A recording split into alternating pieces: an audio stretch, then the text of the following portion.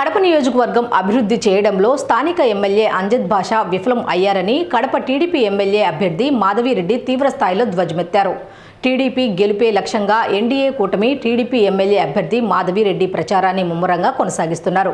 రాబోయే ఎన్నికల్లో ప్రజలందరూ టీడీపీ పార్టీని గెలిపిస్తే మహానగరాలకు ధీటుగా కడప నగరాన్ని తీర్చిదిద్దుతామంటున్న కడప టీడీపీ ఎమ్మెల్యే అభ్యర్థి మాధవిరెడ్డితో మా కడప జిల్లా ప్రతినిధి షబ్బీర్ ఫేస్ టు ఫేస్. సాధారణ ఎన్నికలు సమీపిస్తున్న నేపథ్యంలో ఉమ్మడి కడప అన్నమయ్య జిల్లా వ్యాప్తంగా ఎన్నికల ప్రచారాలు హోరాహోరీగా సాగుతున్నాయి. ఇవాళ బీజేపీ, టీడీపీ, జనసేన పార్టీ కూటమిల అభ్యర్థి మాధవిరెడ్డి కడప నగరంలోని 25వ డివిజన్లో విస్తృతంగా ప్రచారం చేపట్టి ప్రజల్లోకి దూసుకుని వెళ్తున్నారు. ఇంటింటికి తిరుగుతూ రాబోయే ఎన్నికల్లో తెలుగుదేశం పార్టీని అత్యధిక మెజార్టీతో గెలిపించాలని చెప్పి ప్రజలను అభ్యర్థిస్తున్నారు. ప్రస్తుతం మనతో మాట్లాడడానికి కూటమి అభ్యర్థి మాధవిరెడ్డి ఉన్నారు. ఆమెతో ప్రయత్నం చేద్దాం. అక్క, చెప్పండి, మీరు ప్రజల్లోకి వెళ్తున్నారు కదా, ప్రచారం ఎలా కొనసాగుతూ ఉంది? ప్రచారం చాలా బాగా జోరుగా కొనసాగుతూ ఉంది. చెప్తున్నాను, ఇది నిజం. రేపు తెలుగుదేశం పార్టీ అధికారంలో రావడం ఖాయం. చంద్రబాబు నాయుడు గారు ముఖ్యమంత్రి అవ్వడం ఖాయం. కడప నియోజకవర్గంలో తెలుగుదేశం పార్టీ గెలవడం ఖాయం. ఎందుకంటే ఈ 5 సంవత్సరాల్లో ప్రజలు ఏం పోగొట్టుకున్నారు, ఏమి అవస్థలు పడుతున్నారో వాళ్ళు ఫుల్ క్లారిటీ వచ్చింది. ఈరోజు వాళ్ళు నిశ్శబ్ద విప్లవంలా వచ్చి రేపు సైలెంట్ ఓటింగ్ జరిగే పరిస్థితి ఉంది. ముఖ్యంగా మహిళలు చాలా ఇబ్బందులు పడుతున్నారు. ప్రజల జీవన ప్రమాణాలు కూడా విపరీతంగా కిందికి పడిపోయినాయి. వాళ్ళ ఖర్చులు మాత్రం ఆకాశాన్ని అంటుకున్నాయి. వీటన్నిటి మీద రిఫ్లెక్షన్ రేపు ఓటింగ్ ఉంటుంది. ప్రధానంగా గత 8 సంవత్సరాల నుంచి మీరు ప్రజల ముందుకు వెళ్తున్నారు కదా, మీ ముందుకు ఎలాంటి సమస్యలు వస్తున్నాయి, వాటిని ఎలా పరిష్కరించబోతున్నారు?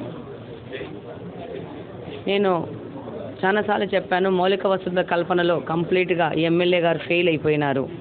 ఆయన చెప్తారు కడపలో ఇరుకు రోడ్లు ఉన్నాయి, ఇరుకు రోడ్లను ఏం చేయలేమని. ఈసారి ప్రజలకు నేను ఒకటే చెప్తున్నాను, మీరు తెలుగుదేశం పార్టీకి, మాధవికి ఓటేయండి. ఇరుకు రోడ్లు కూడా ఎలా నీట్గా చేయాలో, కడపను కూడా మిగతా నగరాలకి ధీటుగా, మిగతా కార్పొరేషన్ ధీటుగా ఎలా తీసుకెళ్లాలో మాకు చేతనవుతుంది. చేతగానోళ్ళని ఇంకా రిజెక్ట్ చెయ్యండి అని చెప్తున్నాం.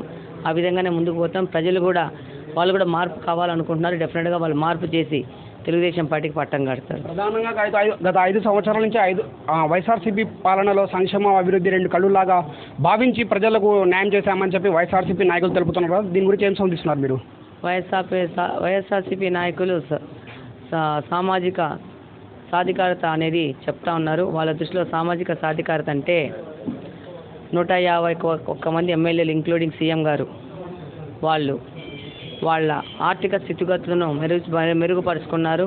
ఇప్పుడు చూసే ఈ 151 మంది ఎమ్మెల్యేలు వాళ్ళు దాదాపు 1000 కోట్ల అధిపతులయ్యారు.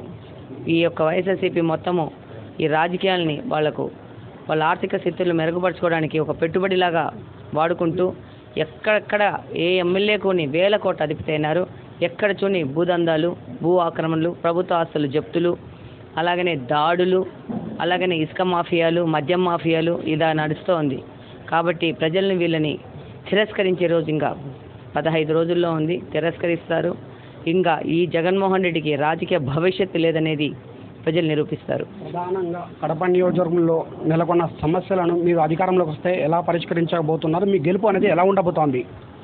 ఇప్పుడు ముఖ్యంగా నేను చెప్తున్నానండి, కడప కార్పొరేషన్ అనేసి చెప్తూ ఉన్నారు. ఈ యొక్క ఎమ్మెల్యే ఈ కార్పొరేటర్గానే గెలిచినాడు. అప్పటి నుంచి ఇప్పటి వరకు ఇప్పుడు కార్పొరేషన్లో ఉన్న సమస్యల మీద అవగాహన లేదు. ఎంతసేపు ఫస్ట్ 5 ఇయర్స్ ఎమ్మెల్యేగా గెలిచినాక నాకు ప్రతిపక్షంలో గెలిచినానని చెప్పి కారణాలు చెప్పినాడు. కార్పొరేటర్ కూడా ఏ పని చేయలేదు. ఆ తర్వాత ఇప్పుడు 1924వ సంవత్సరంలో ముఖ్యమంత్రి గారు వాళ్ళ పార్టీనే, ఈయన వాళ్ళ పార్టీలోనే ఎమ్మెల్యేగా గెలిచినాడు. మళ్ళీ ఈయనకు ఒక తోకలెక్క డిప్యూటీ సీఎం ఇచ్చినా కూడా ఈయన ఏమాత్రం అవగాహన లేకుండా, అభివృద్ధి మీద కాంక్ష లేకుండా, ప్రజల మీద దాడులు చేసుకుంటూ, దౌర్జన్యాలు చేసుకుంటూ, బలుగు బలహీన వర్గాలని వాళ్ళు ఇంకా అధపాతాలను తొక్కుతూ ఒకటే మార్గంలో, ఒకటే ఎజెండాలో ముందుకు పోయాడు. సంపాదన తప్పితే, ఆస్తుల సంపాదన తప్పితే ఈరోజు ఎక్కడికక్కడ ఈ 5 ఏళ్ల మౌలిక వసతుల కల్పనలో కడప నియోజకవర్గం వెనకబడింది. దీని ఒకరు కాదు, ప్రజలందరూ ముక్తకంఠంతో చెప్తున్నారు. ముఖ్యంగా ఇక్కడున్న మురికినీటి కాలువలు, కడప పాతది, చాలా హిస్టరీ ఉంది కడపకి. ఇక్కడ అప్పుడు ఒక రోడ్లు కానీ కొంచెం ఇరుకుగానే ఉంటాయి, దాన్ని ఎవ్వరు కాదనరు. కానీ దాన్ని కూడా ఒక ప్రణాళికాబద్ధంగా ముందుకు తీసుకుపోవాల్సిన అవసరం ఉంది. మేము చెప్పాము, నా భరోసా అని మేము ఒక మేనిఫెస్టో రిలీజ్ చేయడం జరిగింది. 8 నెలలుగా కడప నియోజకవర్గంలో తిరుగుతూ ఇక్కడ సమస్యల మీద పూర్తి అవగాహన మేము సొంతంగా చేసి ఒక రీసెర్చ్ లాగా చేసి 8 నెలలు ఈ యొక్క మేనిఫెస్టో రిలీజ్ చేయడం జరిగింది. అకార్డింగ్ టు మేము ఆ విధంగానే రేపు గెలవడం జరుగుతుంది. గెలిచి అక్కడ ఉన్న సమస్యల మీద పోరాడడం జరుగుతుంది. వాటి పరిష్కార దిశగా పనిచేయడం జరుగుతుంది. ప్రజలతో మేము మెప్పు పొందించుకుంటాం. సరైన అమ్మాయికి ఓటేసాము, సరైన పార్టీకి ఓటేసాము కాబట్టి కడప ఈరోజు మార్పు చేసే దిశగా వెళ్తుందనే విధంగా మేము డెఫినెట్గా కడప మార్పువే మా యొక్క నినాదము, కడప డెవలప్మెంటే మా నినాదము.